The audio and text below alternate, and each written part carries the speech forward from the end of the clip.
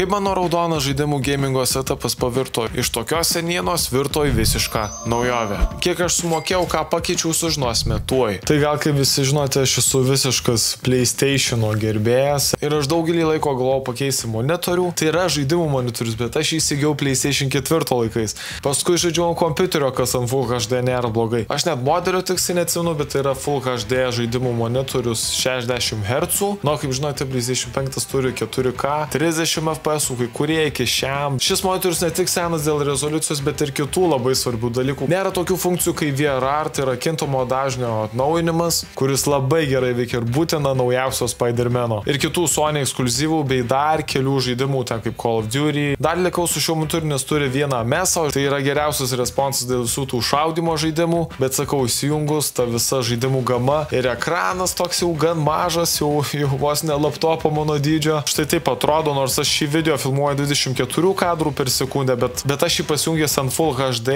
ir jisai pas mane veikia tik 30 FPS. Viskas, man užtenka iš to monitorio. Pirmas dalykas, tai nusipirkau naują monitorių. Biškai gal overkillas, bet jaučiu į ateitį labai pravers. Ne tik žaidimų, bet ir montavimo darbam. Tai yra BenQ EX2710U. Turi tokias funkcijas kaip HDMI, Trevolo garso sistema ir turi 600 nitų HDR funkciją. Net kitaip geriau pavadinta HDRI funkcija. Labai gražiai baltai atrodo, visiškai prie PlayStation'o tingo, kadangi PlayStation'as baltas ir pažiūrėkit, visas galas šio monitoriaus yra baltas. Labai gerai derės prie šio setupo baltas stalas, monitorius ir balta konsolė ir baltas pultelis, o maja. Net ausinės baltos. Uždėjome ant stendo, uždėję PlayStation'as palaiko HDMI 2.1 ir šis monitorius taip pat tai palaiko. Tai yra visiškai nauja jungtis. Tai va, pirmą įkiškime HDMI, įkiškime maitinimo laidą ir yra toks gaubtelis, kuris užsiklikina ir labai gražiai pasiskirsto visi laidai. Pasidedu krovimo doką, PlayStation 2 pultelius ir aišku, turime net pultelį. Tai pultelį pajungus, tai pajungiau 4K, kad veiktų ir VRR dėja automatik. Visa tai veikia. Tai yra funkcija, kurią pilnai galima išnaudoti PlayStation konsolę ir kitas konsolės. Na ir įsijungus Spider-Man'ą, mes jau žaidžiame ant normalaus 4K. Bekiais tai atrodė ne taip smooth, bet jungus VRR. Na ir jungus VRR ekrano atnaujinimo dažnis sinchronizuojamus su vaizdo įvesties kadrų dažniu, todėl vaizdas ekrane juda sklandžiau. Ir tai padaugina tarp 10-15 FPS. Už šį monitorių susimokėjau 150 eurų, tai tikrai reikėjo suinvestuoti nemažai pinigų. Sakau, norėjau į ateitį atsinaujinti. Ir tie kraštai tokie visi plonyčiai, kaip iMac'o stilius. Ir stovėsena gali pasireguliuoti aukščiau, žemiau. Beje, gale turime LEDus, kurie taip pat keičia spalvas, nes aš neturėjau lempos ir aš galvojau visiškai suveiks, bet tie LEDai labiau dėl vaizdo buvo.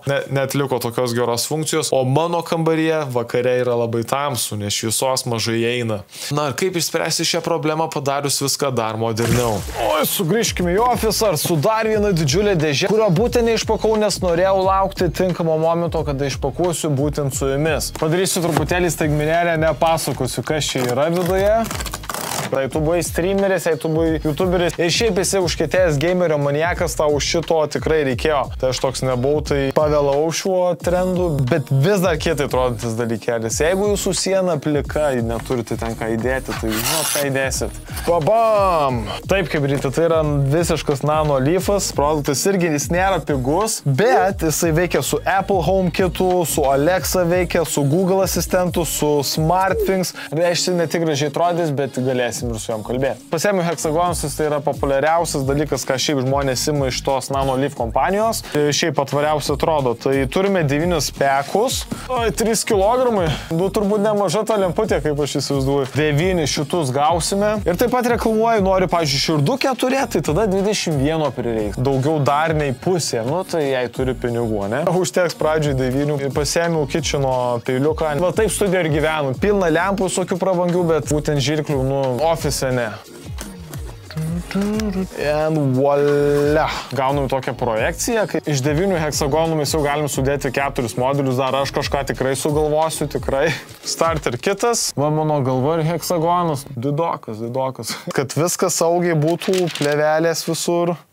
Iš viso stalo užfilinsiu tų konektoriai, laidas, reguliatorius. Ir aišku, gauname UK adapterį, jeigu netyčia užsimanysiu Londone apsigyventi. Ir lipdukai, jo. Žodžiu, labai įdomu, grįžtame namo, nes pats neįsivaizduoju, čia reikia kliuoti, čia šitie prisikliuos, kai viskas susijungs, labai įdomu, tai važiuokime į namus. Na, viską pasidėjau ant žemės, nes ant stalo tiesiog nebetilpo niekas ir bandžiau modeliuoti, kokios formos aš norėčiau. Na, pats sujungimas irgi labai paprastai užsiklikina. Dar paskui ant lovos sudėjau, nes viskas iškrito man tenai žemės. O aš nenoriu šių lempų braidžioti, sudėjau viską ant lovos. Čia yra jungtis, per kurį jungsime pačias lempas. Dar tai viskas susikonektina. Dar prideda atsarginius 2 konektorius, bet jų man nereikėjo naudoti. Išsimatavau, kokio tai bus ilgio. Prie sienos prisidėjau, išsimatavau, kur yra centras, pasibrūkšniavau per vidurį. Dar tada lipdomas lipdukas, kuris labai tvirtai laikosi. Prilipdai ant sienos, nesitikėjau, kad taip ant sienos gerai lips. Galima prispausti, nieko tokio, nes galės ir liest, daro tuos efektus. Svarbiausia, kad tai geriau užcentruoti, nežinau, gulšiuką pasimkit ar kažką tokio. Na ir va taip gražiai viskas susidėjo.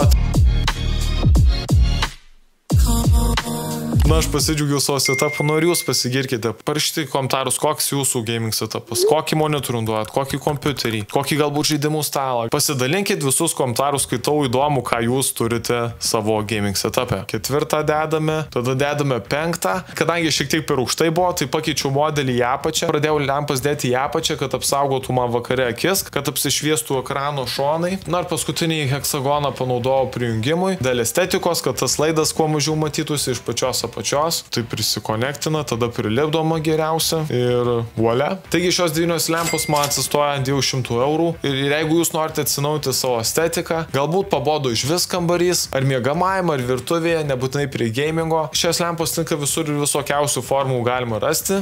Taigi šių lempų linką paliksiu aprašyme. Na ir dabar nueikime prie tų mygtukų. Kągi mes čia turime, kokios funkcijos. Taigi pirmas mygtukas yra išjungimo mygtukas, jisai užsitačina ir įsijungia greitai, išsijungia. Paskui galima reguliuoti ryškumą, pavyzdžiui, norite dieną jungti ir labai per daug ir taip šviesos laukia. Ir aišku, galima paryškinti, kai visiškai tamsu. Paskui turime rodyklės mygtuką, švelnių spalvų derinys, kuris išlaiko nuo spalvos gamą. Iš švelniai vyksta visokiausi efektai, tai iš apačios perina į viršų, tai iš viršaus perina į apačią. Tai vienas heksagonas įsijungia ryškiau, kitas silpniau. Toks ramaus tempo režimas, efektai visokie. Tai šitas režimas man labiausiai ir patinka, nes tai nevargina akių. Atvirai, hebra, pasakysiu, pirmą dieną net nenorėjau išeiti iš savo kambario, tiesiog mėgausiu šiomis spalvomis. Nu, jungus tas 2 susipinusias rodikliukės, truputį chaosas, daugiau spalvų, maišyklė. Tai viena spalva visai neįsijungia, kai kurios įsijungia. Tai yra išprotėjusių menininkų efektas, kurį ir aš kartais panaudoju.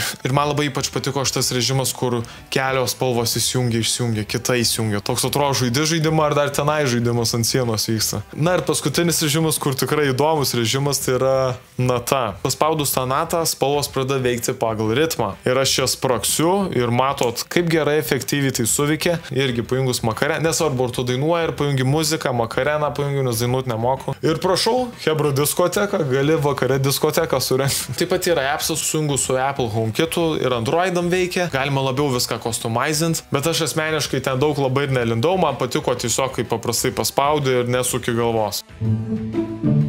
Na, šitą monitorių turiu kaip savaitę laiko ir iš karto galiu ir minusų ir pliusų pasakyti. Tai pliusai tai yra dizainas, visiškai dera prie PlayStation ir prie mano balto setupo. Taip pat tos funkcijos, kur tai yra HDMI 2.1. Pagal šią išvestį galima pasiekti 4K 120 FPS, kas yra overkillas. Aišku, PlayStation šios funkcijos pilnai neišnaudoja, bet jisai sugeba sugeneruoti daugiau FPS, ypač ekskluzyviniam žaidimam. Žaidžiant 4K išeini iš tos 30 FPS ribos. Taip pat Call of Duty veikia ant 120 FPS. Monitorius yra 104 Hz, kas jau beveik išspaudžia visus monitorius beveik hercus. Irgi be šios išvesties tiek FPS neišgaudytai. Taip pat garso sistema, nereikia dėti jokių kolonėlių, tai yra minimalistinis dizainas, gali palikti ir labai gerai veikia kokybė. Na, iš minusų tai yra IPS-as, ne OLED-as, OLED-as visada bus geriau, bet dirbant ir žaidžiant ir tų filmų už ten labai tamsių nežiūriu. Tas HDR-as viską numuša, labai išryškina šviesias spalvas nuo tamsesnių spalvų, tai vis tiek labai gražios spalvos. Ir dar tas, kad 27 colių, kas yra įprasta šiais laikais, bet aš jau tarp darbo ar žaidimų, tai žaidžiant man norėtųsi biškį didesnio ekrano,